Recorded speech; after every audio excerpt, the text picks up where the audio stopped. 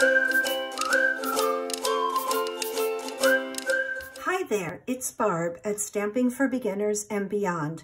And in this tutorial, I'm going to show you how you can make some Valentine's Day cards without a lot of materials. And this is what I'm going to be using. Now, I'm going to break it down for you piece by piece so that you can replicate this if you went to the store. This has been sitting on my desk since last year. This is an older paper pad set, and but they have new ones. It doesn't really matter that you don't have this exact one, and this doesn't even have to be applied like to Valentine's Day. You could do this with Easter, Christmas. They even have birthday sets, but I wanted to familiarize you with what a paper pad is. Now, some paper pads are 12 by 12, and those are used more for scrapbookers.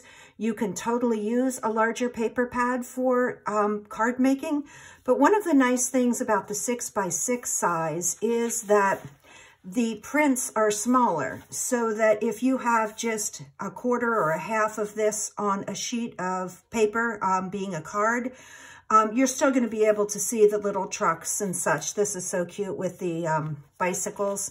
Now, I have gotten into this over the past year, but I didn't use what's called the, let's see, pull this out. Okay. Not all 6 by 6 or 12 by 12 paper pads come with this sheet. This is like kind of like a sticker sheet, but it's not a sticker. It has little cutouts that say things like special delivery and I love you, a bushel and a peck, and things like that. And when you're first starting out stamping, you usually don't have a lot of stamps, and little cutouts like these can be really helpful, and they can help you make really cute cards. So as you go shopping for a paper pad, look inside to see if they have any of these cutouts in there that you can use in place of a stamp. So my paper pad has 2 of them, and I think that's all it came with. So I am going to use these 2, and I'm going to cut them out. I'm making them for a nursing home, so they won't all be appropriate. Every love story is beautiful, but ours is my favorite. I don't think I'm going to pass on that for the nursing home, but I will be able to use a lot of these. So that's the first thing you need to do, is get a 6 by 6 or possibly a 12 by 12 paper pad that has some of these cutouts in it. And then just take a look at the colors that are in the pad that you've chosen. And what you're going to do is you're going to get coordinating cardstocks. Now, I'm just going to scoot all this out of the way and talk about the cardstock for just a minute. This paper pad has black, red, pink, and white in it, and that's what I've chosen. Now, if you buy this at the store, just spin around and look for your cardstocks. You don't have to spend a lot. You can usually get them individual, and they're usually run about 60 cents a sheet if they're not on sale. And I will keep a track of how many of these I use. But what I've done is I've chosen the 4 colors that look the best with these. And that's what I'm going to make my cards out of. Now, if there's no white in there, you'll still probably want a white to use as a base. So you're going to get this. Look for these little things that you can cut out. And then I have 1 stamp. I'm going to try to do this just with 1 stamp so that you can be encouraged that you don't need a ton of stamps to make a ton of Valentine's Day cards. So I have this 1 stamp, and I'm going to be using the ink that is black, and I'm going to be using a red ink. So that's it for my stamping for these 2. And I also have some of these rhinestones. These are very inexpensive. You can usually pick up a package of these at Michael's for like $1 or $2. And this was part of a bigger sheet. And I think I got it for like $2 or $3. So something like this would be pretty small. You don't need all this, but this will help your cards look a little bit more glitzy for Valentine's Day. And then I pulled 3 ribbons that I had laying around, and again, kind of coordinating them with the paper pack. And this was a sparkly one. And then I have a pink, and again, my pinks don't match 100%. This is a little bit softer, and this has a little bit more purple in it, but that's okay. Don't worry about that. And I only have a little bit of this black with the white stitching on it. I wish I had more of that because I think that's going to look really cute with all of that. So I am going to take some time and go make some cards with these, and I will be back to show you what you can do with just a few supplies and 1 stamp and a couple ink pads.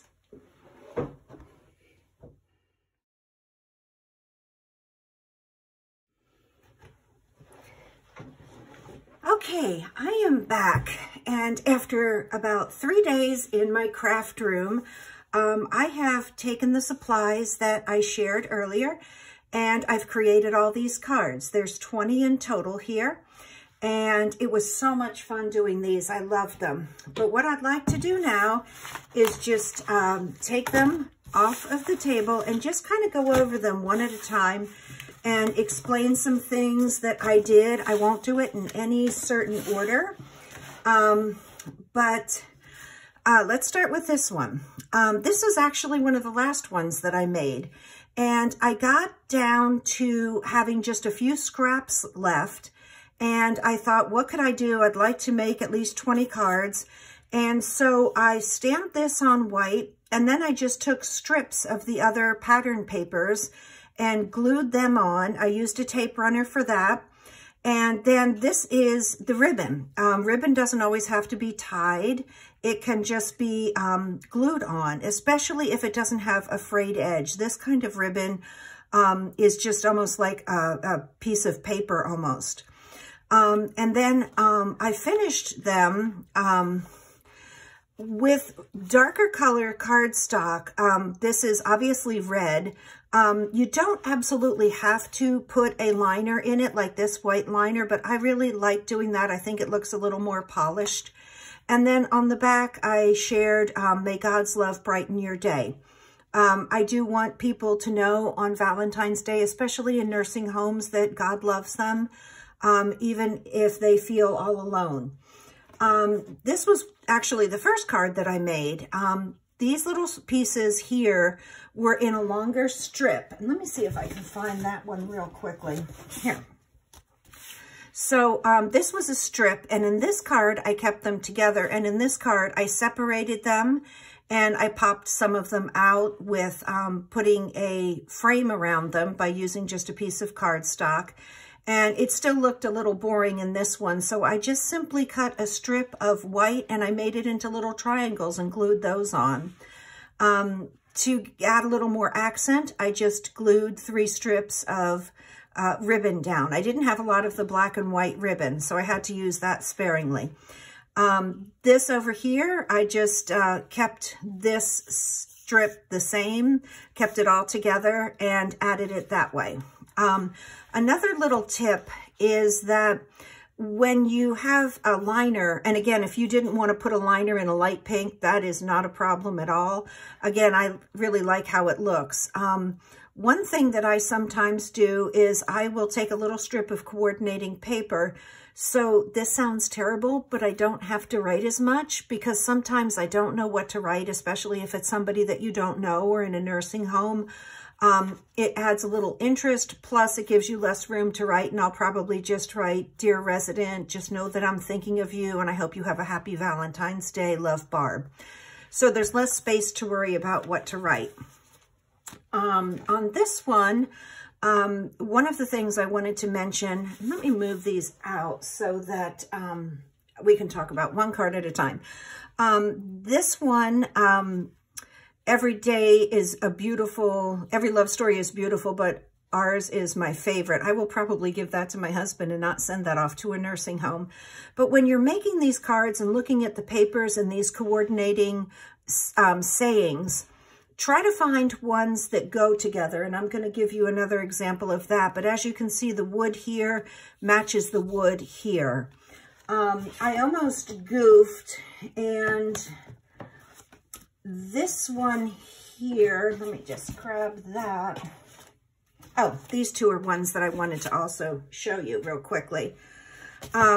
These two sayings, one has a bicycle and it says, "Love is a beautiful ride." And this one says, "Hello, sweet stuff." And not that this would matter a whole lot, but this one, the beautiful ride, coordinates nicely with the bicycle on the background of this paper. And the sweet stuff doesn't have the bicycle, but it has like more chocolates and stuff. So I tried to coordinate these. If you don't get them coordinated, that's okay. But as you do look at your sets, try to figure out, you know, what goes together. The sweet stuff with the chocolates and the bicycle ride. Okay, let's see what else we've got. This is just a really simple one where I framed this saying, and I not only framed it once, but twice, and that just makes it pop up more. And that's just a black strip of paper. And I did use, the one thing I didn't bring in to show you are dimensionals. These are sort of like glue dots, but they raise the item about 1/8 of an inch. And they're kind of fun to use, especially when your card is a little more on the plain side. And there again, I did the inside of that too. These are pretty self-explanatory. Again, you know, I use the coordinating paper with the image, and you can see those. This little special delivery truck, they did have some that had a truck on it, but I didn't use that. I used this. And let's see. This is one of my favorites right here. Let me just move these out of the way.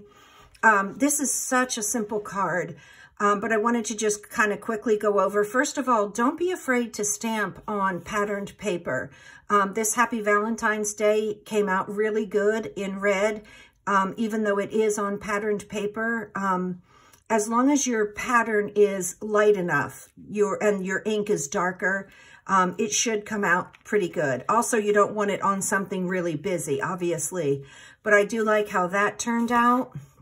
And I also wanted to mention here that this is a pink card base, and then I mounted it not once, but twice. So it's the pattern, and then I did white, red, and put it on the pink. And that just really frames it. And I thought that turned out really cute.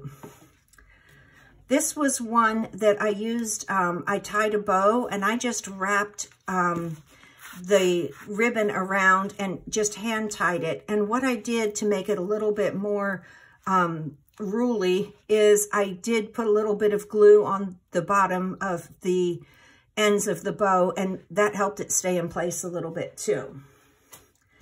Now this one, I do have dies, and I wanted to show you as you go on and get more supplies, you can get things like these dies that are heart-shaped, and you can have so much fun with those. But I wanted to keep this video truly for new people who didn't have a lot of supplies to work with.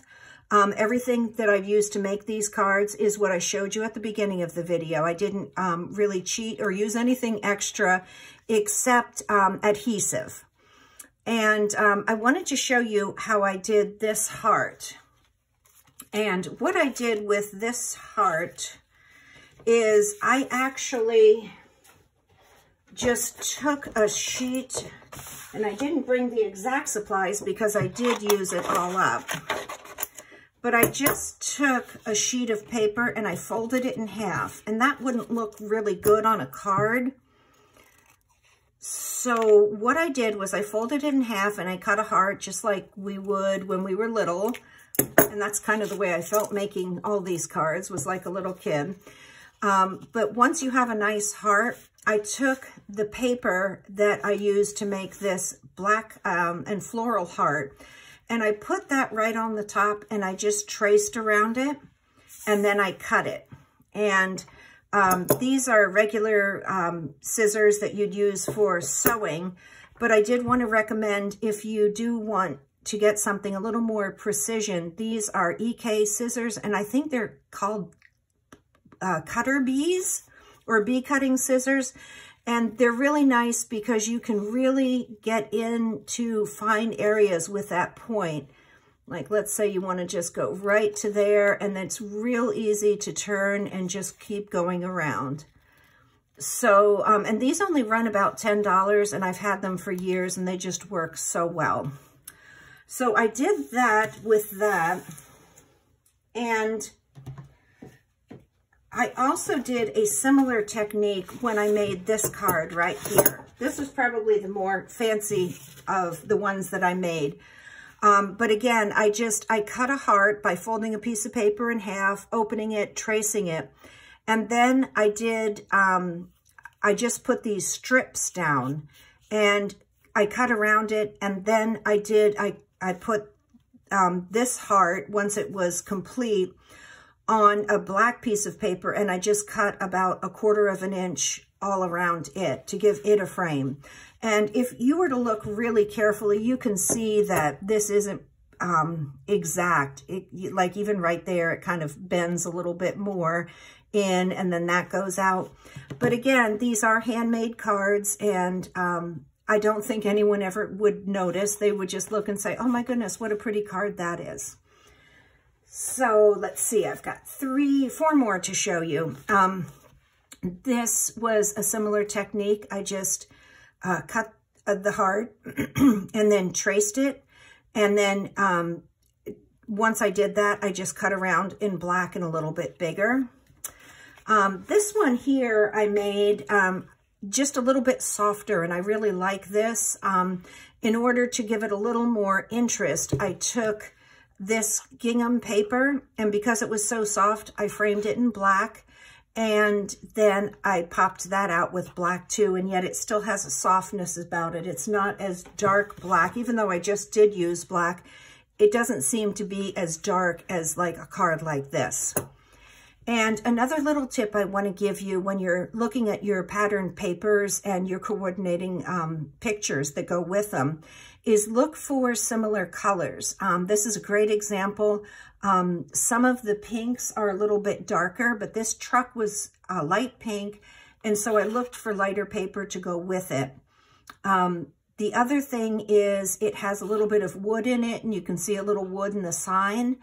And then these little vases on these stands are sort of a grayish color, and that matches that. And that's one thing I like about these paper pads is that it's really easy to match, but you do have to pay attention a little bit to the different patterns that are there. And my last card is this one here. And again, super simple. It's just patterned paper, and I just tied an old-fashioned bow around this, and I trimmed the edges. And I didn't even, because this is a little bit more see-through, I didn't even put that down with glue. I just thought I'd let it be the way it is. So those are my cards. I've made 20. Oh, did I show this one? I'm not sure if I showed this one. Yeah, I think I did. And one thing I wanted to share too is I'm going to do a whole nother video about this, but how I made some of my ribbons. This is just a very crude bow board that I made myself. I used a piece of wood that I had laying around, and I drilled holes in it. And then I put 2 long nails at varying distances apart. I'd like to get one where I put 2, I'd like to put 2 more nails like right here and here so I can make bigger bows. But what I wanted to just show you here is how easy it is to make a bow board and to make bows. I just put it right like that, cross it over, and then making sure that the right side is away from me. Bring that up, and then bring this through and tie it. And as you're pulling it, again, make sure that your right side is sort of facing outward. And then pull it up like that. And that's how I made some of the bows for this. And then I just go ahead and trim it. And there you have it. Now, if you don't have a bow board, don't want to make one, my husband's afraid of this, what you can do is just have a friend hold their fingers out and do the same thing. You can do it further apart or closer together. So those are my 20 Valentine Day cards. I'm excited about sending them. I think I will probably be sending them to a nursing home.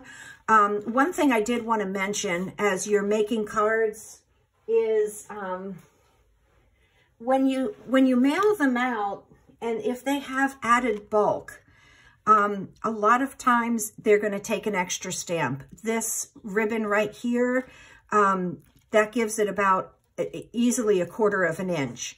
That's sort of the limit with sending things. Now, I think this would be okay. This is just a little bit of bulk.